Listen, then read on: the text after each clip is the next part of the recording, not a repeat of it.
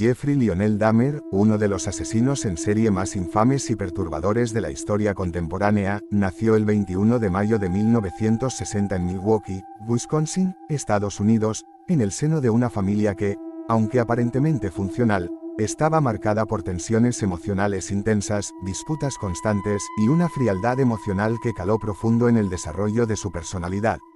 Su padre, Lionel, era un químico analítico que pasaba largas horas fuera del hogar, mientras su madre, Joyce, sufría de ansiedad, depresión, y dependía de múltiples medicamentos que la mantenían inestable, emocionalmente ausente y, en muchas ocasiones, incapaz de responder a las necesidades afectivas de su hijo.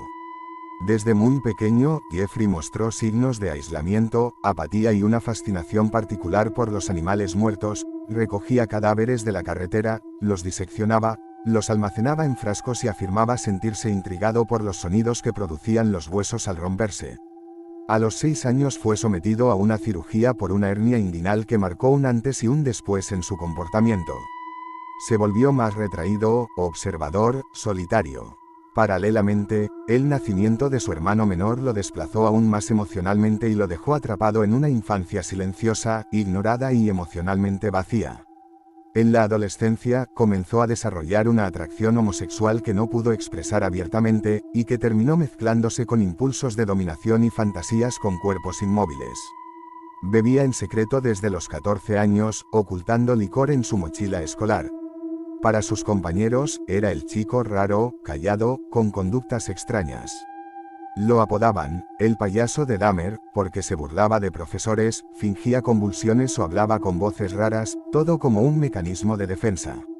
Pero detrás de esas actuaciones se gestaba una mente oscura, reprimida, y peligrosamente obsesionada con el control absoluto.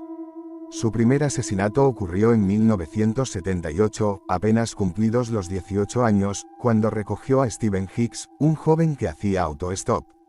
Lo llevó a su casa, compartieron cervezas, y cuando Stephen quiso irse, Dahmer lo golpeó con una pesa y lo estranguló.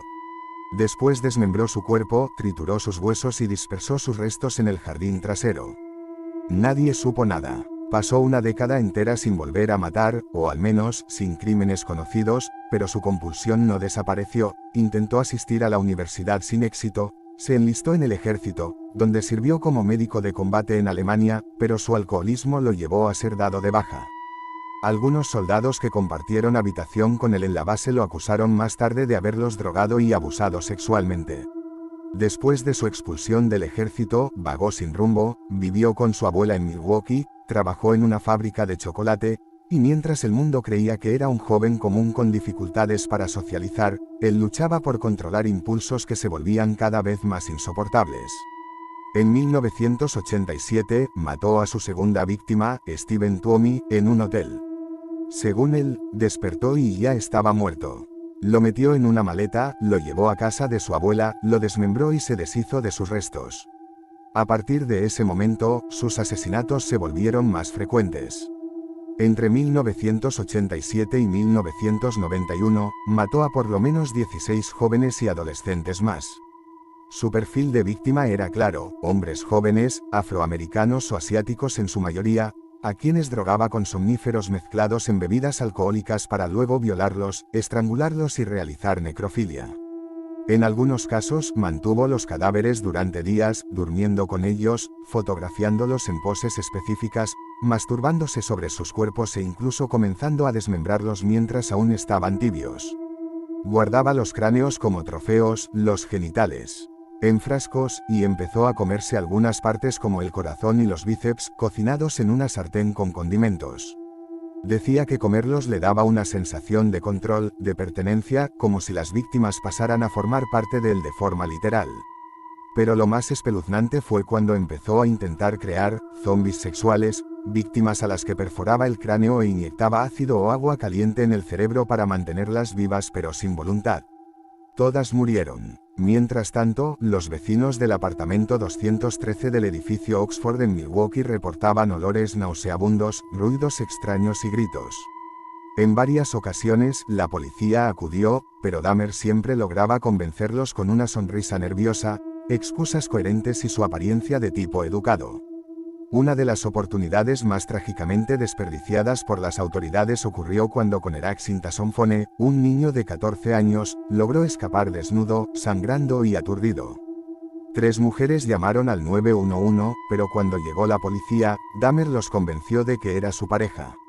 Los oficiales lo escoltaron de regreso al apartamento, ignorando las súplicas de las mujeres, el estado del niño, y el historial previo de Dahmer, quien ya había abusado de otro hermano de Conerak años antes. Esa noche, el niño fue asesinado. Finalmente, el 22 de julio de 1991, Tracy Edwards, otra víctima potencial, logró escapar del apartamento con una mano esposada. Encontró a la policía, los llevó hasta el lugar y lo que hallaron fue una pesadilla materializada, una cabeza humana en el refrigerador, 3 más en el congelador, un tambor con torsos en ácido, fotografías Polaroid de cuerpos mutilados, un altar en construcción con cráneos y velas y un historial de horrores acumulados durante años. La confesión fue inmediata. Dahmer relató con escalofriante frialdad cada uno de sus asesinatos, sus motivaciones, técnicas, rituales y deseos. Dijo no haber actuado por odio, sino por necesidad, por una profunda soledad, por un deseo enfermizo de mantener a las personas con él para siempre. El juicio comenzó en enero de 1992. Fue declarado culpable de 15 asesinatos y sentenciado a 15 cadenas perpetuas consecutivas, sumando más de 900 años en prisión. En Wisconsin no existe la pena de muerte.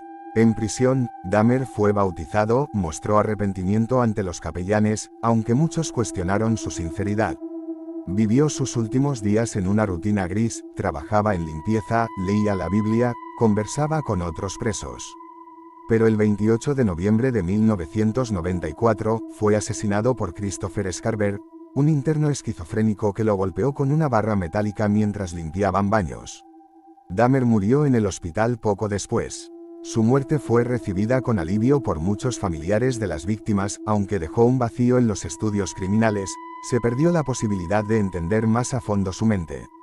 Su historia, hasta hoy, sigue despertando escalofríos, no solo por los horrores que cometió, sino porque actuó durante años sin ser detenido, protegido por el racismo estructural, la homofobia, la negligencia policial y los prejuicios sociales que le permitieron pasar desapercibido.